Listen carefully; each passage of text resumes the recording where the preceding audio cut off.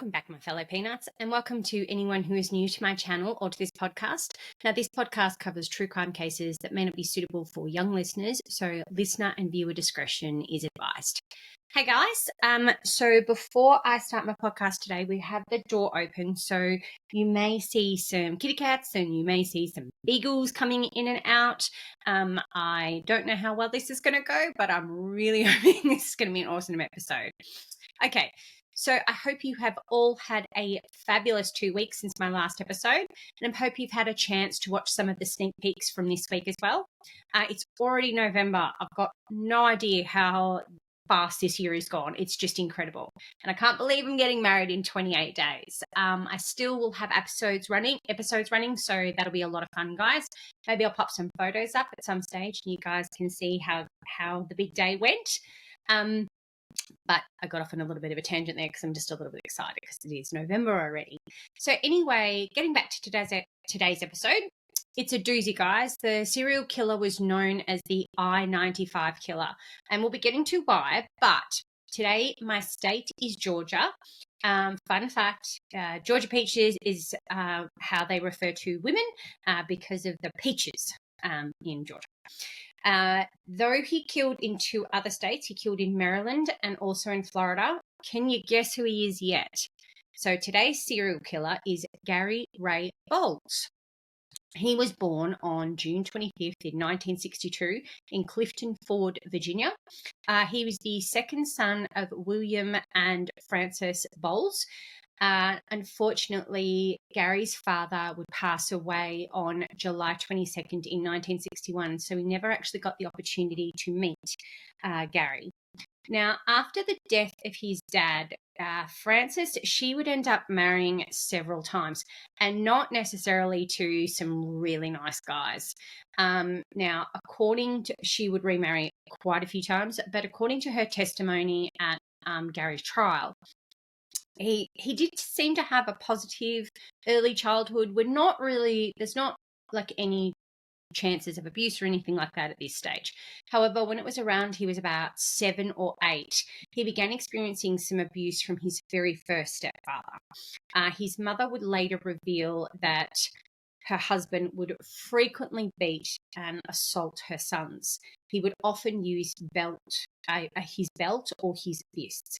Now, whenever she intervened to try and protect them and try and stop it from happening, it would actually end up with her getting beaten, and she would become a target of this violence. She would eventually divorce this man, and she would marry again, and this time it was to another gentleman. Now, I believe the name is Chet. I wasn't able to confirm whether that was actually true, but I do believe it is. This marriage was also really troubled. He was prone to violent and alcohol-fueled outbursts, and he would attack Gary, his brother, and their mother. It led to multiple hospitalizations for Gary's mum in particular, and around the age of 10, he started using substances like glue and paint, along with some other drugs, to really cope with all of the circumstances he was surrounding himself with. It would eventually lead to him leaving school in just 8th grade. Now, this is where we've seen a lot of cruelty in childhoods and just what can lead to terrible, terrible serial killers. Now, often we've seen when it happens like this that the men will direct their anger towards women. In this circumstance with this serial killer, we're actually going to see his violence towards gay men, which surprises me in the respect that they can be quite effeminate and feminine, and it's very caring and just I would say the exact opposite of what he's probably grown up with. But his anger and his violence was really towards men. It was not directed towards women. So we are seeing a bit of a flip in this podcast today. Now, the violence against the boys in particular and their mum, it would continue relentlessly over the next year or so. It was around about the same time that the boys' anger towards their stepfather would massively increase. Now, when he's about 13 or 14, he and his brother would end up ganging up on their stepfather and severely beat him. At one point, the boys would pummel the man with a rock on his head in particular. Now, for whatever reason, and it's no reflection on Florence, because I don't want to put anything on battered women syndrome, but she would decide to stay in that marriage. So rather than stay in that home, Gary had actually decided to live on the streets. It was during his adolescence and his adulthood that he would support himself through sex work. It would quite often be in homosexual relationships, but this is where he found the most money. Now, despite this, he would never earn enough money to get his own place, and it will really result in him being homeless for most of his teenage life and also his early adult life. Whilst he didn't perceive himself as gay, he did like to participate in homosexual acts solely for the purpose of money. Now, I would like to make an assumption here and say that he was possibly bi, but I don't have enough information to make that a positive statement, but it's just a speculation, and it's certainly just my opinion. But it's definitely one of those things that you go, okay, you could have acted in sex work in any capacity. Maybe the money was there and available in homosexual relationships, though. So it's been reported that Gary would only accept oral sex from the men he hustled, and he didn't permit intercourse, though. So his general interest, it did lie with women in particular, which he ended up having quite a few relationships as an adult. And although he would live at times... My cat is just in the corner there and he's just trying to get behind the counter. What are you doing, Husky? Sorry. So although sometimes he would live with his partners, most of the relationships would end up ending because of the violence that was in them. One of his, in particular, his relationships was really violent. It was during his early 20s. He lived for a short time with a woman by the name of Leslie in Florida. In June 1982, he would brutally beat her. He would sexually assault her, and it was really disgusting and vile what he had done. She would receive like fingerprint bruising around her neck, and that would definitely suggest that he tried to strangle her. One of her breasts actually had quite a severe bite mark on it. And he had beaten her so badly that her eyes were swollen shut. Doctors would also discover that there were internal lacerations to her private areas. I'm not going to get into the assault itself, but it was absolutely appalling what was done to that girl. An FBI agent actually happened to be there, and it would be during an investigation of the crime scene. She noticed that the bedroom and the bathroom of the house that they actually shared, it's got a significant amount of blood. Now, according to her statement in court at the time, the blood spatters on the wall, they reached as high as 5 feet above the bed. And that just demonstrated Gary's really violent nature. And he would end up being sentenced to 6 years in prison. However, it is really unclear on how much of that time he would serve. I haven't been able to basically find out like how long of that sentence he served, and you can just see my kitty cat in the doorway at the moment. So we're already seeing in his early 20s he's got a really violent nature, and this one is directed at the time to women in particular, but they're already speculating, and this is the FBI in particular, were speculating he was going to be pretty violent and he should definitely remain on their radar. But after his release at some point from prison, his criminal record would grow over a period of time. In the summer of 1991, he was convicted of an armed robbery in Florida, and that would be after he pushed a woman and he would steal her purse. He was sentenced again to 4 years, but it's unclear how long he actually served of that as well. He would, after all of these crimes in particular, this would be where he would start to draw the attention of the FBI, the media, and definitely the gay community. I am just going to open that door. I apologise, just because he will want to go next, so I apologise. Now, before we begin the next part of the podcast, guys, I do want to say that he killed over a period of a year, so 1994 and specifically. It screams a little bit more of a killing spree than a serial murder, but there was time in between each of in between the murders. But I do say that he is a serial killer, but it was a bit more of a spree as such, the way he killed. But there was definitely all these and the crimes beforehand. There was definitely the lead up to become a serial killer. So maybe rather than what we've discovered on other podcasts and other episodes, guys, is that this one was compacted into a year. Like, it could have been a lot worse. If he hadn't been caught, I can't even imagine how many more victims that there would have been. So we are, as far as a society, very, very lucky he was caught. Just didn't take a drink, sorry guys.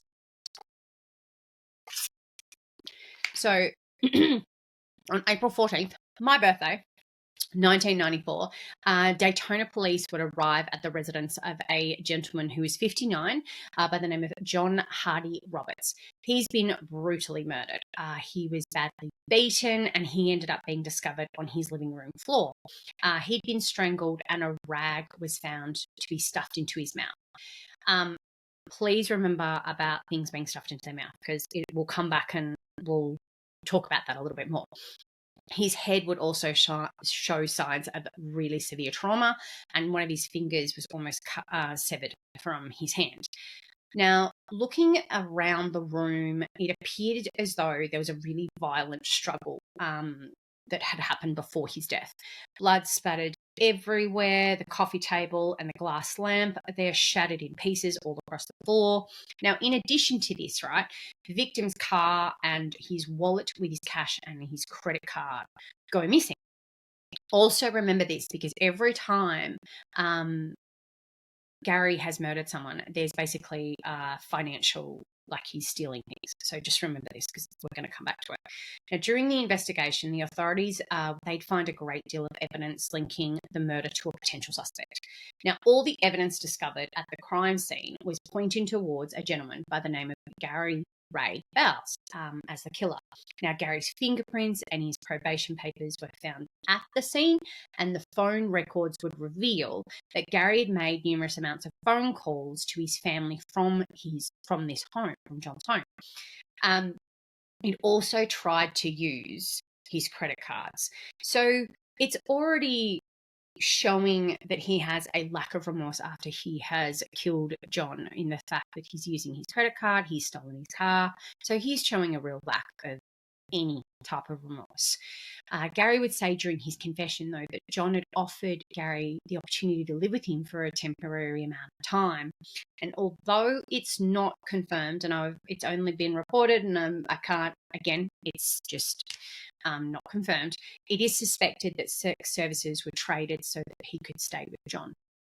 I think that Gary overstayed his welcome, and the two would have a fight over a woman, and Gary was asked to leave. Now, apparently blinded by the anger of being told to leave, he would attack John with a glass lamp and repeatedly beat him in the head with this. In an attempt to flee this attack, John would fall through the coffee table, and he ended up being strangled by Gary. Now, really quickly, there's a manhunt for Gary. Now, although the authorities were able to recover his car in Georgia, he was nowhere to be found. But eventually, Gary's trail would lead investigators to a small town in Maryland, where another murder had actually taken place. So it's already showing you what he just doesn't care, right? He just absolutely does not care. His next victim was discovered by a maintenance man. He was 38-year-old David Jarman. Now, he's found in the basement of his home. But like John, David had been beaten before, really, really badly beaten, but he would have his mouth stuffed with a rag and he'd been strangled to death. Again, his car was missing and his wallet is missing. Now, an article that I came across, right, it mentioned that the night before his death, David was in a gay bar in Washington, D.C. And he was with a gentleman who looked very, very similar to Gary. Again, Gary's using the victim's credit card, and the signatures on the receipts of those credit cards would end up being matching Gary's handwriting. Now, although he was eventually charged with his murder, they had a real difficulty finding him. So he's already killed 2 people at this stage, guys. So a few weeks after this, investigators would actually trace him back to Savannah, Georgia. Now, our next victim is 72-year-old Milton Bradley.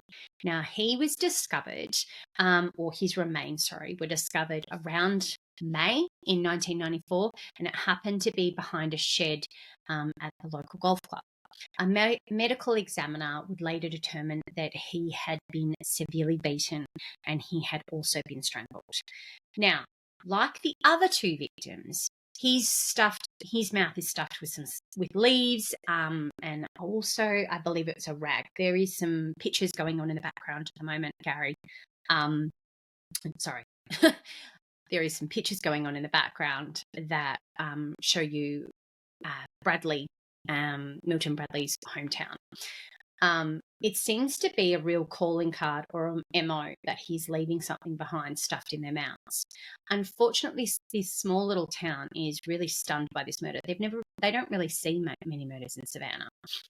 He's a prominent citizen. He's a respected World War II veteran. And in the Savannah Morning News, it's reported that he was a quiet gentleman, and he was really, really generous. But Bradley had sustained a serious head injury during the war, and he would actually get a lobotomy. Now, this procedure unfortunately caused a mild mental impairment, and it would make him really susceptible and gullible towards the likes of people like Gary. His family was also quite well known because they had a small shop in town. Now, that's also in the background, guys. So they were really well known. The family was really well known. So Milton was very well known around this town.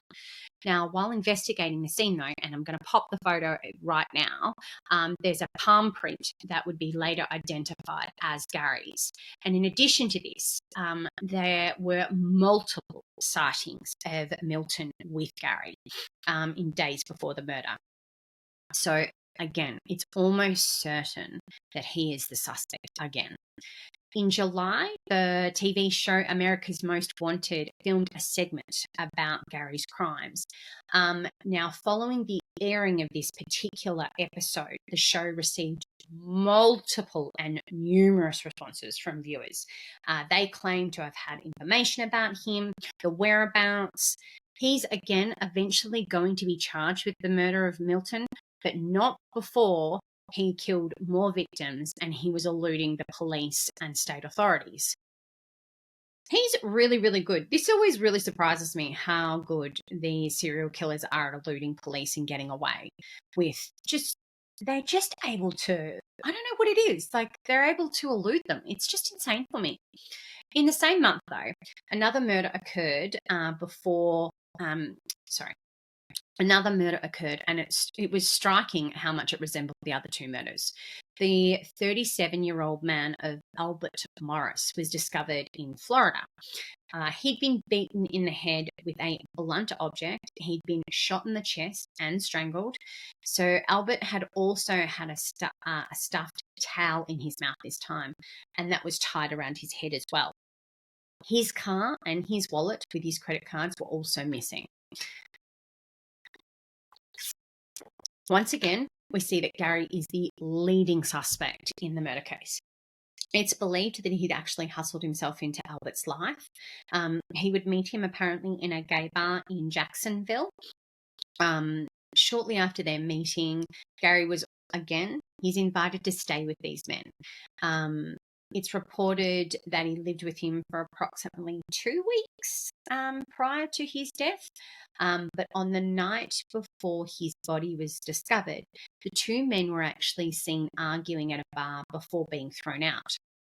Now, it seems like there's a real pattern here for Gary. He seems to really get along with them for a couple of weeks, but it's almost like he overstays his welcome, or perhaps his true self comes out over time and that's what actually happens, which I suspect that is also what happens.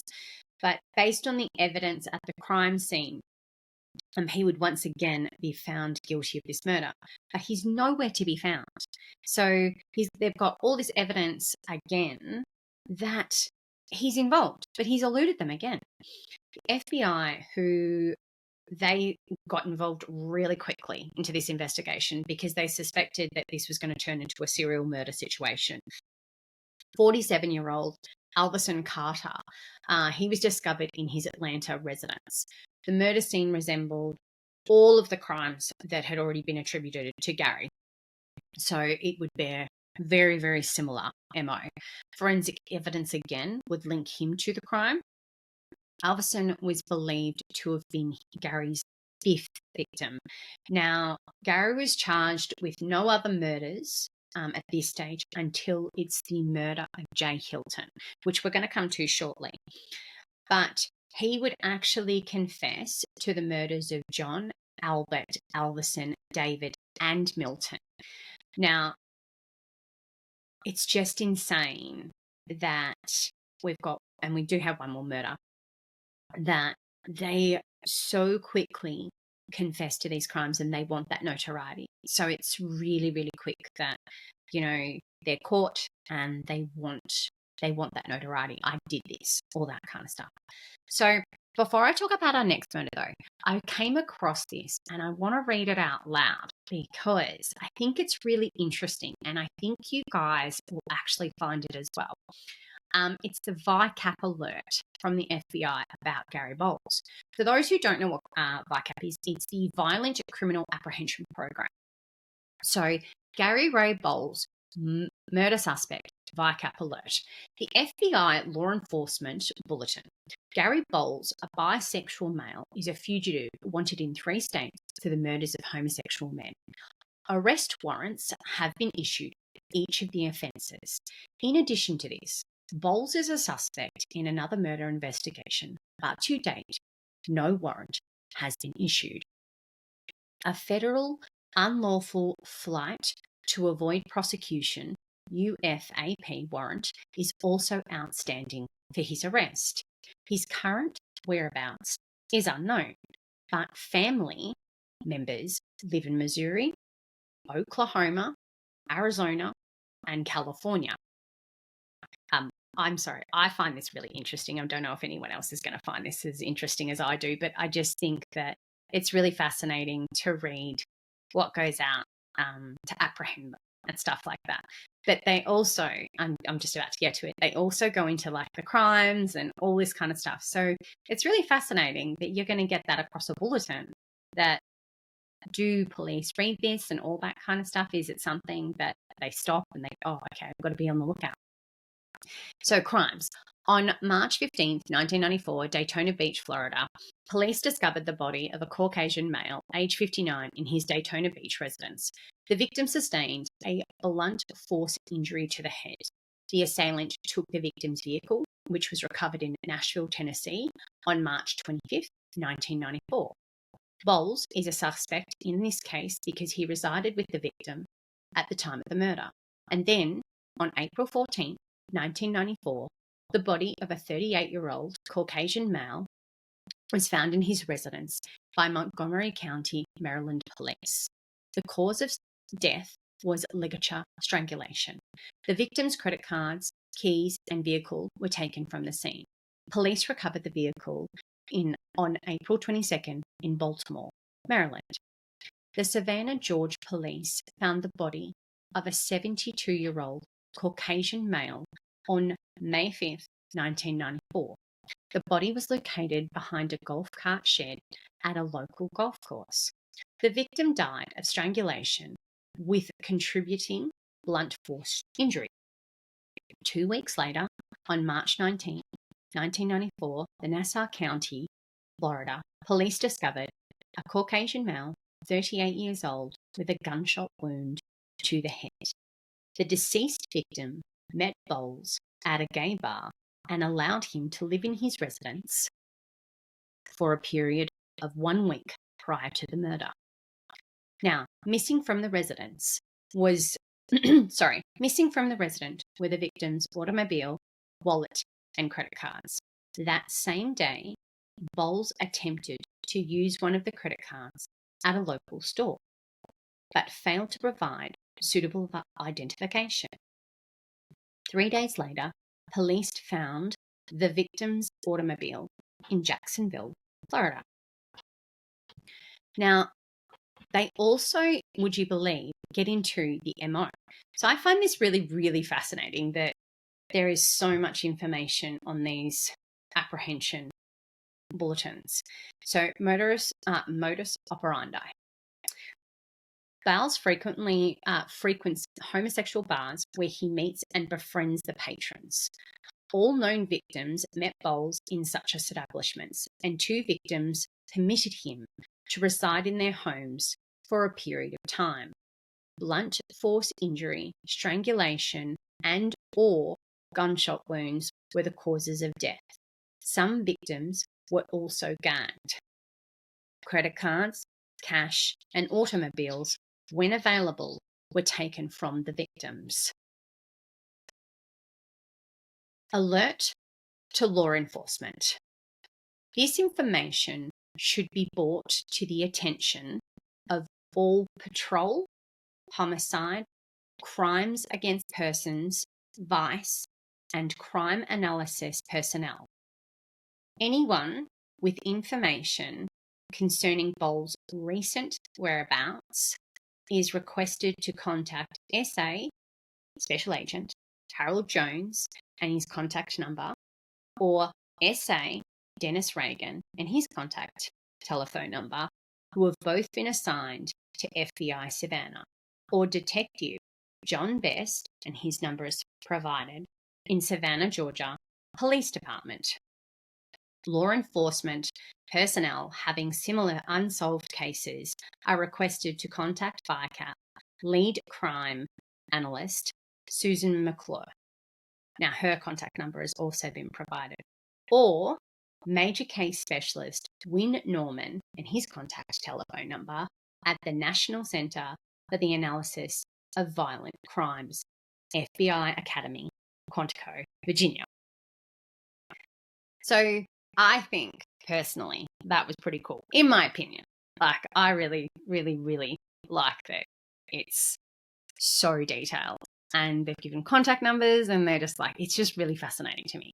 And the next part is that his aliases. So Gary Ray Bowles, Gary Ray Bowles, Mark Ray Bowles, Gary Bow, Joey Pearson also used James, Mike, and Mark as his first names. It's given his date of birth, but apparently he used a fake date of birth as well. So the 21st of January 1962, he's also used the 21st of January 1963 and the 21st of January 1959. Place of birth is Clifton Forge in Virginia. And then it's got social security numbers, and there's like 4 or 5 social security numbers, which is absolutely fascinating. Then he's got an FBI number. His height was 5'9". His weight was 150 pounds. He had tattoos, and that's listed. So he's got a heart and a ribbon on his left arm and a cross star on his left wrist. He's got scars. So on the inside of his left hand, the left side of his nose, his right wrist, and the left side of his chest. And then it's actually got his periods of incarceration. So that's from May 1982 to December 1983, and then from October 85 until, like, there's just all these different stints. Like, it's just insane. And there's like 4 or 5 stints of him being incarcerated. It also lists his job occupations. So carpenter, construction worker, agricultural worker, education, grade school dropout, but completed GED in 1983 while he's incarcerated at the Florida State Prison. Other descriptions: he smokes cigarettes, usually Marlboro or Cools, uses marijuana on a regular basis, admitted in a previous probation report as having an alcohol problem. This really doesn't surprise me that he's got a alcohol problem given his family history. I apologise if I did sound a little bit like a robot then, but I was wanting to read it out word for word so that you guys could capture exactly what is entailed in like one of those VICAP reports. I think it's pretty cool, but maybe not everyone would be interested in that. I can also send you the link. So if you would like to see anything like that, please shoot a comment down in the comment section and I'll send you the link. So now we're going to talk about his final victim. On Friday, November 18th in 1994, Belinda was celebrating her birthday with her fiancé, William. However, it was not a festive day like she would have hoped it to have been. She was concerned for her brother, Jay. He hadn't contacted her at all for her birthday, and he promised to days earlier. Now, the next afternoon, William, her fiancé, would visit his soon-to-be brother-in-law's mobile home in Duval County in Florida. Now, despite the lights being on, there's no one home and Jay's Cadillac is missing.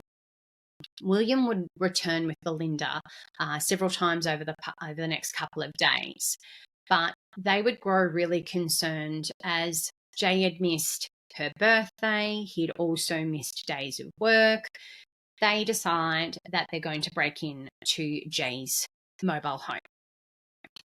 I'm not sure I would do that. I would probably have called the police for a welfare check, my personal. Now, on a Sunday, they go to the house and William would smash a rear window to break in. Now, a terrible smell would hit him almost straight away as soon as he entered into this mobile home. He would work his way to the bedroom, which was already in quite a bit of disarray. So clearly something's not right because they know Jay's quite a tidy person and he wouldn't want his house looking like this. William entered the bathroom and noticed something like what it looked like, just a pile of stuff on the floor and it's covered in blankets. Now, he reaches out to touch that blanket in particular and he finds that it's quite hard. He's removed like a piece of that blanket and he's discovered the brutally beaten and decomposing remains of Jay. He and Belinda would immediately flee the home and they get neighbours to call the police. I can't even imagine being a sister and finding your brother or you're finding a family member like that. So I can't even comprehend how awful that would have been for the two of them. But the investigators, they're meticulously inspecting the crime scene, they're gathering forensic evidence, they're conducting interviews with family, with friends and neighbours of the victim. Look, they're hoping to get more and more clues into this murder. During the search for the mobile home, though, they discovered that the victim, so Jay's wallet, along with his personal papers, they'd all been like just strewn across the bedroom. So lying beside the bed on a pile of sheets, there was just sheets covered in blood. And there happened to also be a stone in the middle of it. The stone looks like it was taken possibly from the front yard and it weighed about 40 pounds. So investigators found a large concentration of blood splattered on the bathroom floor where the body has actually been discovered. Police would also discover at the time like those little miniature liquor bottles that you see on planes and stuff like that. There were beer cans all around the home and a receipt bearing the name of Timothy Whitfield was found, but the victim's car and his watch was missing. So that's already the pattern of where Gary of what Gary has done to his other victims, right? So they would quickly identify the suspect as Gary in Jay's murder. Witnesses, including neighbours and friends of the victim, they would point out really quickly that he had a house guest, Timothy Whitfield. With a sketch in hand, the police would start their search for him.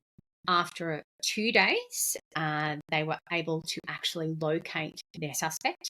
And on October 22nd, 1994, police would arrest the alleged attacker at Jacksonville Beach Labour Pool. Now, during their interrogation and their questioning, they would find out that Whitfield was known as an alias, and he was identified very quickly as 32-year-old Gary Ray Bowles.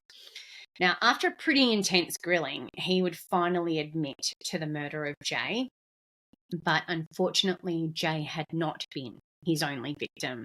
In fact, Gary had been listed on an FBI's 10 most wanted list in connection with a series of brutal murders. He's suspected of having blazed a murderous trail that stretched along Interstate 95 from Maryland to Florida. So that is why he is called the I-95 killer. Now, local investigators, they would begin to realize that they had a pretty awful and vicious serial killer on their hands. His admission, though, would provide extensive details around Jay's murder.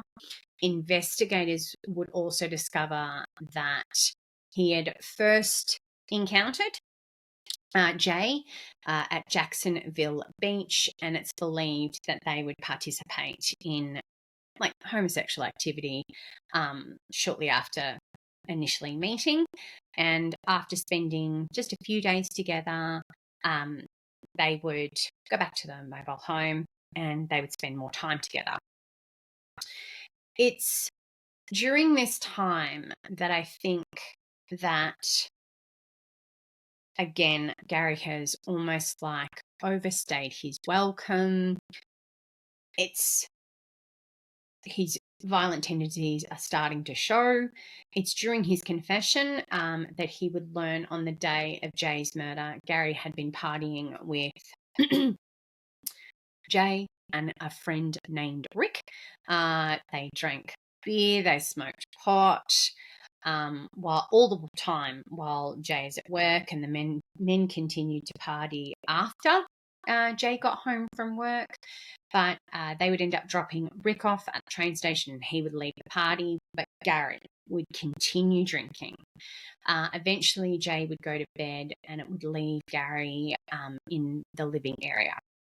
And he would say that it seemed like something just snapped inside his head that night. He confessed that he actually went outside, got the stone, brought it into the house and put it down on the table.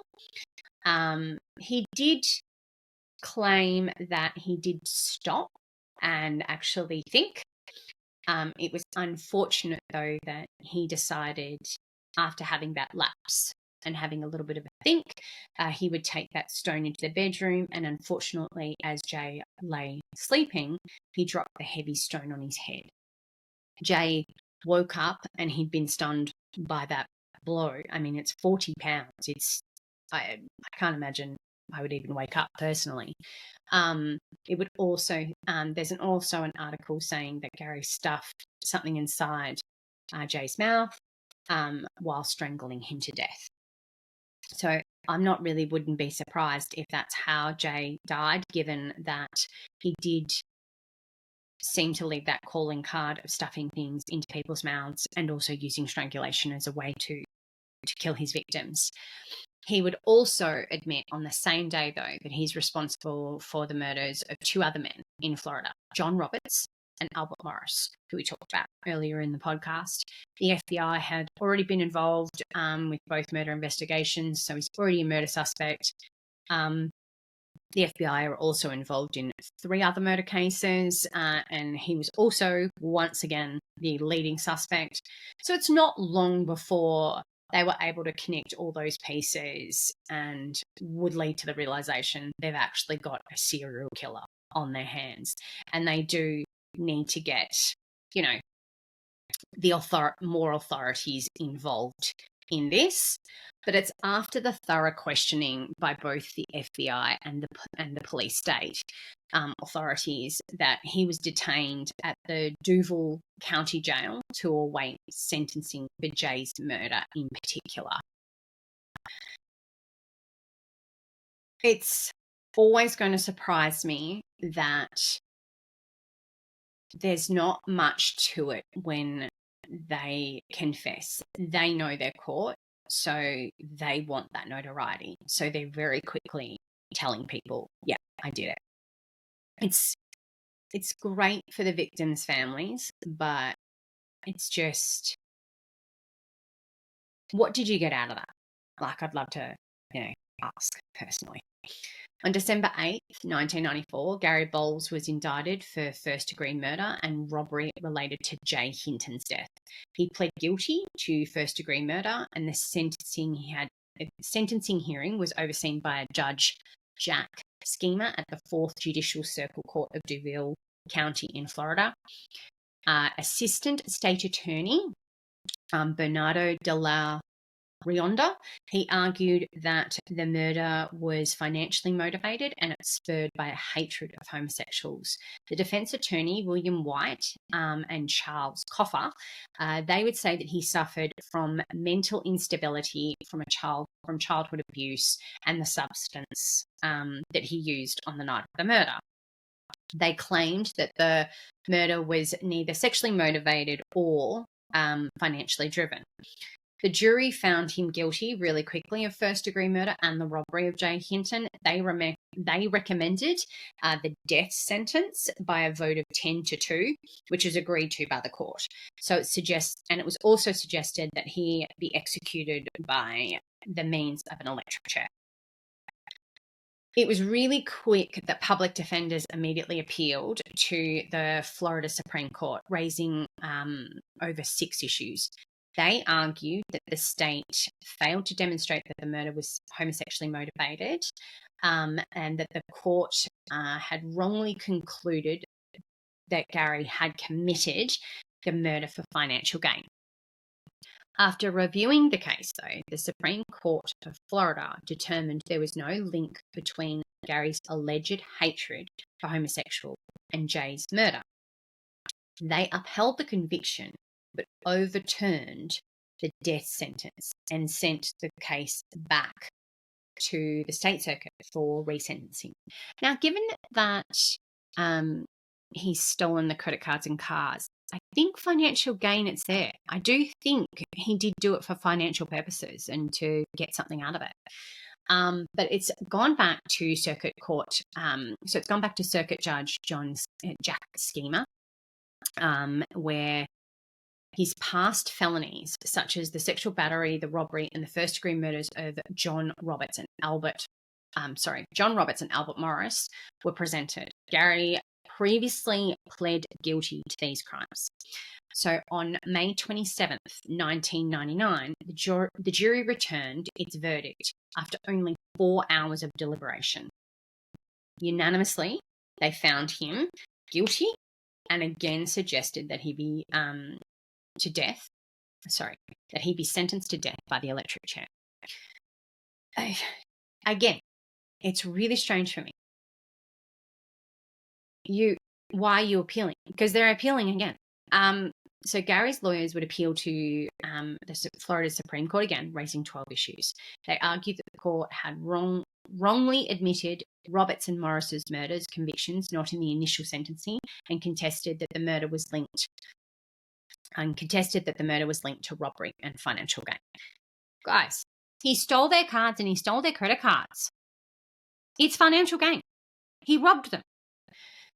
On October 11th, 2001, the Florida Supreme Court affirmed the Circuit Court's decision. They identified no mistakes in the resentencing process and upheld its recommendation for the death penalty. Again, they're unhappy with this outcome. So they submitted another petition to the United States Supreme Court this time, which was subsequently denied in 2002. Up until his death, Gary continued to petition all the state courts. He hoped that one day he was going to be granted a new sentencing hearing. I think it was to prevent him from actually being sent to death. I don't think he wanted to die. I think It's a long process, and the victims' families had to wait a long time for justice because he was executed by lethal injection on August 22nd in 2019 at the Florida State Prison. His last meal was 3 cheeseburgers, French fries, and bacon. He would be the last person executed in Florida until the execution of Donald Dilbeck on February 23rd, 2023. I think it took a really long time for the courts, and they do have to go through that process, so I 100% agree that everyone is absolutely entitled to their fair trial and fair appeals. But it's a really long wait for those victims' families, and it's a really long process for them, so I don't always agree with that. Well, guys, we have reached the end of the episode, so thank you so much for listening to this week's episode. If you do like this podcast, please hit that subscribe button. If you liked the episode, hit that like button, give it a comment if that's what you want to do. Also, guys, I hope you have an awesome weekend to my fellow peanuts, and have an awesome one. Thank you so much all for listening. See ya.